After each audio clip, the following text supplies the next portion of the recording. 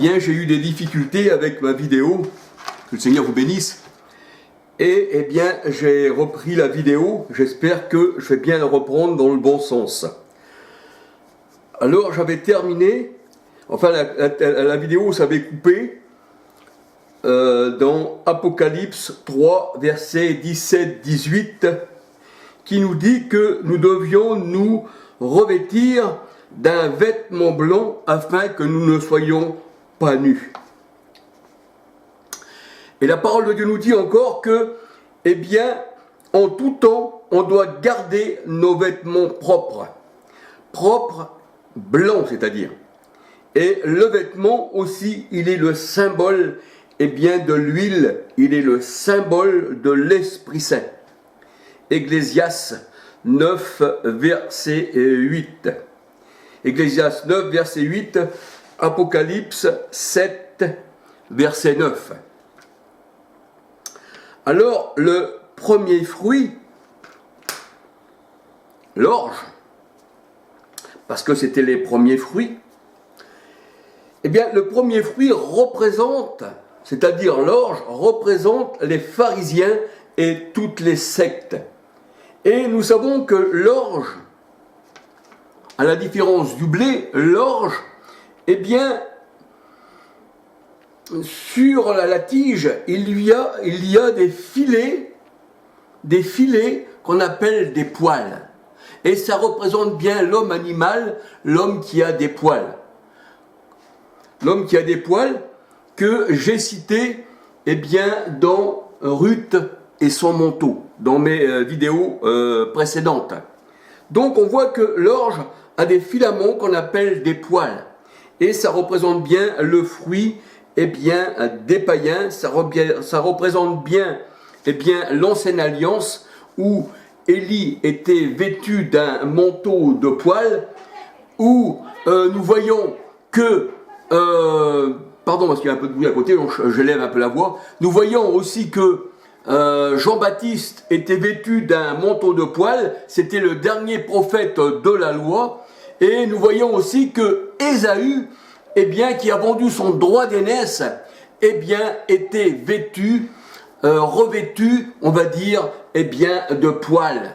Parce que même il avait, Jacob, eh bien, s'avait mis des poils sur ses bras, sur lui, et comme son père, Ésaü, était aveugle, et qu'il devait donner la bénédiction, on dit que Jacob s'est mis des poils, et il a été vers son père, et son père, comme il aimait Ésaü, eh bien, il a donné la bénédiction à Jacob. Et en principe, ça devait être Ésaü, parce qu'il était le fils aîné, qui devait recevoir la bénédiction, mais là, il a surpassé son frère. Et c'est pour ça que la parole de Dieu nous dit que, le Seigneur, la parole de Dieu nous dit que Jacob lutta avec un homme, mais il a lutté avec des hommes, c'est-à-dire il a lutté contre son père, il a lutté pour avoir la bénédiction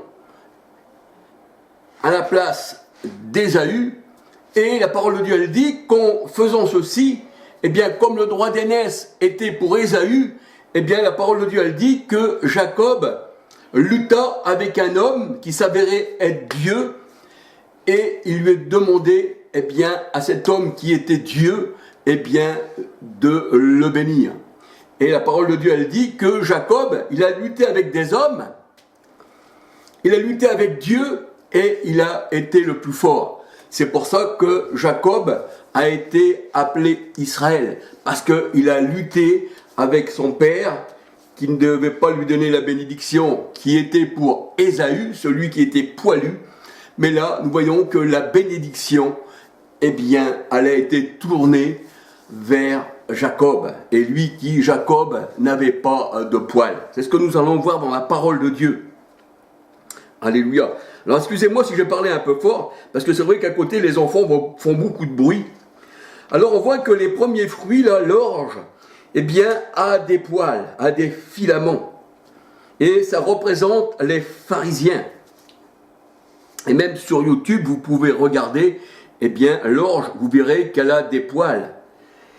eh bien, c'était le premier fruit, eh bien, qui représente les pharisiens, leur loi, ça représente les païens, et ça représente aussi leur nourriture, parce que le Seigneur Jésus-Christ, eh bien, comme il a multiplié, eh bien, les pains et les poissons, eh bien, les pains étaient d'orge. 2 Rois 4, versets 24 à 44. Et on voyait que les foules, parce que c'est ça les foules, hein, pour la nourriture terrestre, il y a des foules qui suivaient le Seigneur pour les pains d'orge et les poissons. Jean 6, versets 5, 13, 22 à 27. Jean 6, versets 5 à 13, 22 à 27. Et là, nous voyons que Ésaü avait des poils. Genèse 25, verset 25.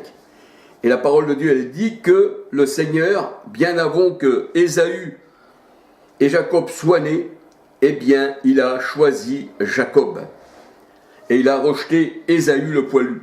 Romains 9, versets 11, 12, 13. Ça ne veut pas dire, comme je l'ai dit dans mes vidéos précédentes, que si nous avons des poils, on est rejeté du Seigneur. Mais le poil représente l'homme animal, l'homme poilu. C'est pour ça que des fois on dit, eh bien, c'est le poil de la bête. Hein, il a pris du poil de la bête. Et en vérité, c'est ce que ça veut dire. Et la parole de Dieu nous dit, eh bien, que Jacob, lui, n'avait pas de poil. Genèse 2, verset 11.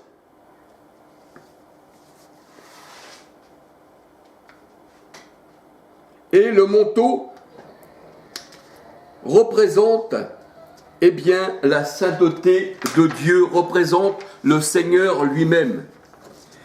Et là, la parole de Dieu nous dit que le roi Saül, Saül on va dire, le roi Saül, au temps de David, eh bien, il était devenu la personne qui déplaisait au Seigneur, et il avait demandé, eh bien, à une femme qui invoquait les morts, eh bien, d'invoquer un mort, et puis de savoir ce que ce mort, eh bien, lui dirait. Il avait demandé d'invoquer, eh bien, Élie, qui était mort.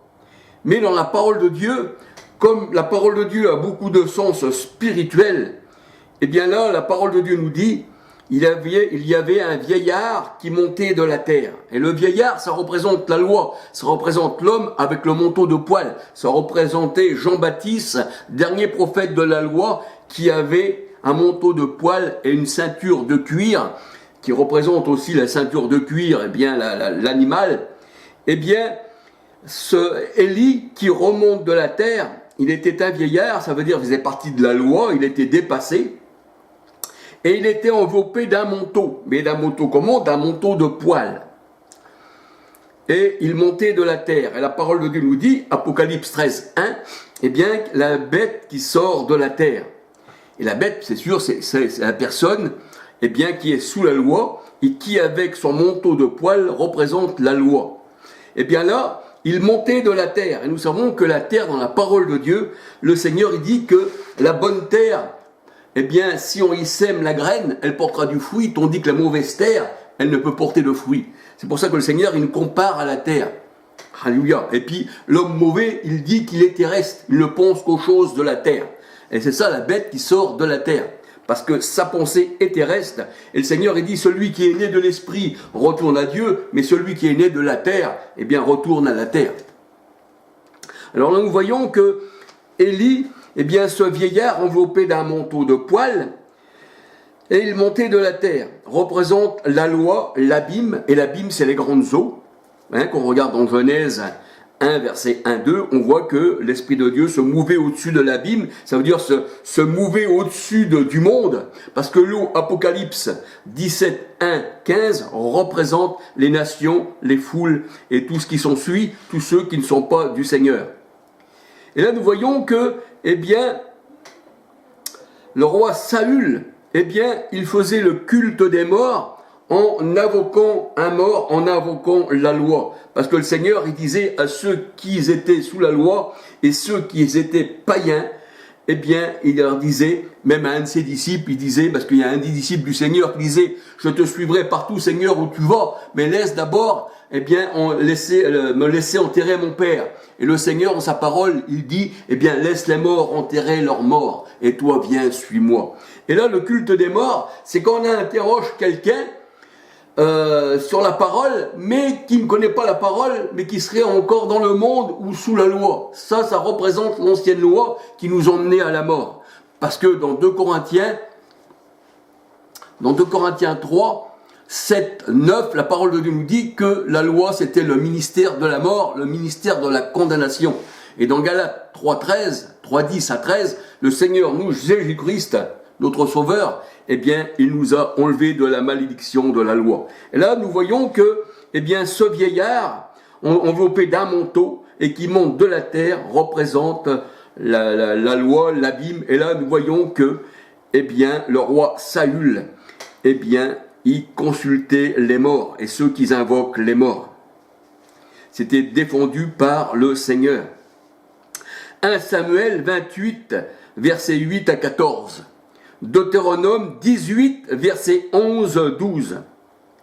Et le manteau déchiré, parce que le roi Saül, eh bien, avait déchiré le manteau d'Élie, qui lui disait, Élie qui disait à Saül qu'il n'avait pas obéi au Seigneur, et là, eh bien, Saül déchire le manteau d'Élie, eh bien, un manteau déchiré représente l'abandon de Dieu.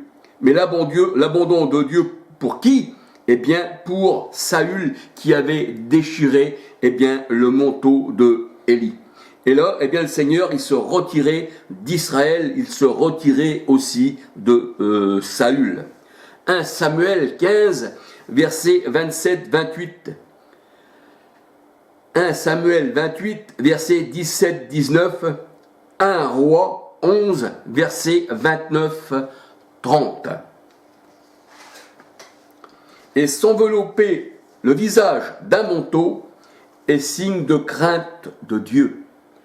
1 Roi 19, verset 13. Exode 3, verset 6. Et relever le manteau signifie s'en emparer et s'en revêtir. C'est ce que Élisée a fait pour le manteau, eh bien, d'Élie, qui représente le manteau, la sacrificature et l'esprit du Seigneur. 2 Rois 2, versets 13, 14. Parce que le manteau représente la royauté, qu'on voit le Seigneur dans son manteau, et qu'il donne son manteau, ça veut dire qu'il nous le fait part à nous, à sa royauté, et le Seigneur est notre roi. Voici le roi des rois et le Seigneur des seigneurs. Et là, eh bien, on voit que le manteau représente la sainteté, représente la sacrificature et représente l'esprit du Seigneur. Et là, Élisée, quand il a pris ce manteau, eh bien, d'Élie, ça voulait dire qu'il y avait un transfert de sacrificature. Ça veut dire que, eh bien, maintenant, on peut dire que Élisée, eh bien, il remplaçait Élie. 2 Rois 2, versets 13 à 15. Et arracher son manteau, comme Caïphe l'a fait au temps du Seigneur Jésus-Christ, arracher son manteau, eh bien, c'est être en colère. C'est être en colère. Esdras 9, versets 2, 3. C'est être en colère, c'est être désolé. La parole de Dieu nous dit que l'homme juste a la droiture pour manteau. Job 29, verset 14. L'Éternel s'enveloppe de lumière comme d'un manteau. Psaume 104, verset 2. Alléluia. Et la parole de Dieu nous dit que les adversaires de Dieu, ce qu'on appelle le diable et Satan, ce qui veut dire adversaire, se couchent de honte comme d'un manteau. Psaume 109, verset 29. Et la parole de Dieu nous dit encore, dans Proverbe 30, verset 4, que le Seigneur a recueilli les eaux dans son manteau. Et quand le Seigneur recueille les eaux dans son manteau, la parole de Dieu nous dit que les nuées, les eaux, ça représente les anges. Hein, c'est ce qu'on voit dans la parole de Dieu, ça représente les anges. C'est pour ça que, la parole de Dieu, elle dit que nous sommes entourés d'une grande nuée de témoins. Voyez-vous ? Et quand le Seigneur, il met son arc dans la nuée, comme au temps qu'on va dire, de Noé, quand il met son arc dans la nuée, ça veut dire qu'il met son alliance, dans le cœur des anges. C'est-à-dire, il met ses anges, et lui, c'est l'alliance, c'est l'anneau de toutes les couleurs, de toute race, hein, parce que l'arc-en-ciel représente toutes les nations, hein, qui sont sauvées par Christ et qui sont aussi ses élus. Le Seigneur, il les serre dans son vêtement. Proverbe 30, verset 4. Et on peut dire aussi que Genèse 38, Tamar est une allégorie de Ruth. Elle devait prendre, vu qu'elle était devenue veuve, elle devait prendre, une personne, le frère de la personne, et puis avoir des enfants pour que le frère puisse avoir une postérité. Et là, nous voyons que c'est exactement ce qui s'est passé, à quelque chose près, avec Boaz et puis Ruth. Alléluia. J'espère que là, la vidéo va passer. J'espère que, parce que j'avais déjà fait cette vidéo, j'avais tout bien mis sur le support, tout ça, exactement comme ça. Mais ça n'en a fait qu'une moitié. Et comme mon épouse était partie faire des courses, donc j'ai attendu qu'elle revienne pour refaire une vidéo. Et qui, j'espère, va pouvoir passer. Alléluia. Bien que le Seigneur vous bénisse, que le Seigneur vous garde. Et je vais vous faire voir aussi, l'orge, qui a, des poils, qui est vraiment le symbole, de l'homme animal et de la nourriture de l'homme animal. Alléluia. Alors que le Seigneur vous bénisse, et puis que le Seigneur vous garde. Alléluia. Et à la prochaine vidéo. Alléluia.